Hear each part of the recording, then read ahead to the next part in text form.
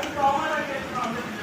అది కాకుండా మన నేల మన చంద్రబాబు అందరి కూడా ఎన్నో కేసులు ఎదుర్కొంటారు.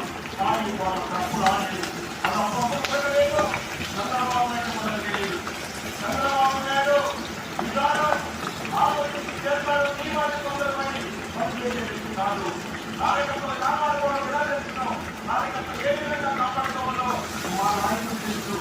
ఈ నాయకులు వారి కుమారులు ఈ రాష్ట్రంలో ఒక రాజ్యాంగ రాజ్యమేదనైతే మొత్తంలో బాధపడ్డారు. నేను అడుగుతున్నా, అయ్యా జగన్మోహన్ రెడ్డి మా తెలుగుదేశం పార్టీ కార్యకర్తలు మా తెలుగుదేశం పార్టీ వాళ్ళు తెలుగుదేశం పార్టీ కాపాడారు.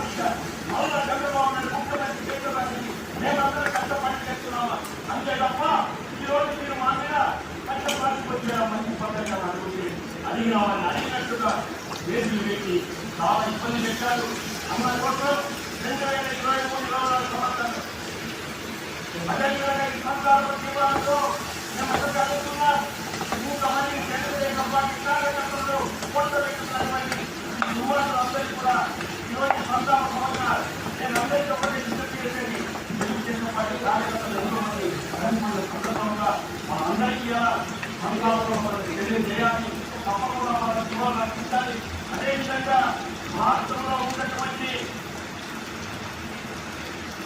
జిల్లాలే 59, శ్రీకాకుళం 30 మంది, విజయనగరం 23 మంది, విశాఖపట్నం 35 మంది, అనకాపల్లి 16 మంది, కాకినాడ 2, అమలాపురం 58 మంది, రాజమండ్రి 5 మంది, నర్సాపురం 17 మంది, ఏలూరు 6 మంది, మచిలీపట్నం 55, విజయవాడ 30 మంది, గుంటూరు 144, నర్సరాపేట 37, అదేవిధంగా బాపట్ల 36, ఒంగోలు 58, నంద్యాల 53, కర్నూలు 77, అనంతపురం 159, గుంటూరు 15, కడప 4, నెల్లూరు 26, తిరుపతి 43,